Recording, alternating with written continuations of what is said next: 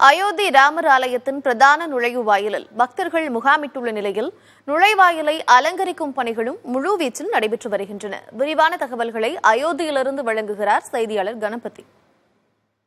அயோத்தி ராம் ஜனம்பூமி ஆலயத்தின் பிரதான நுழைவாயிலை அலங்கரிக்கும் பணிகள் தற்போது நடந்து கொண்டிருக்கின்றன.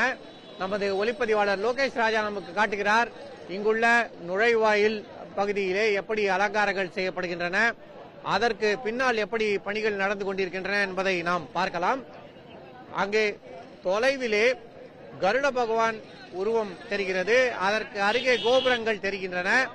அதுதான் பிரதான ஆலயத்தின் முக்கிய பகுதிகள். இதற்கு கீழேதான் ராம் லல்லா என சொல்லப்படும் ராமர் சிலை வைக்கப்பட்டு அங்கே தற்போது பூஜைகள் நடந்து கொண்டிருக்கின்றன. திங்கட்கிழமை அந்த பூஜைகள் நிறைவு பெற்று செவ்வாய்க்கிழமை முதல் பொதுமக்களுக்கு அனுமதி அளிக்கப்படும். ஆனால் இப்போதிருந்தே பொதுமக்கள் இந்த பகுதி முழுவதுமே கூட்டமாக நின்று கொண்டிருக்கிறார்கள். இந்த பகுதியிலே பணிகள் தடைபடக்கூடாது என்பதற்காக பாதுகாப்பு அரண் அமைக்கப்பட்டிருக்கிறது. அதையும் மீறி பொதுமக்கள் அதிக அளவிலே இங்கே குழுமி பாடல்களை பாடி ராமாயண கதைகளை சொல்லி ராமரின் புகழ் குறித்து பறைசாற்றிக் கொண்டிருக்கிறார்கள். ஆலயத்தின் திறப்புக்காக நாங்கள் காத்திருக்கிறோம்.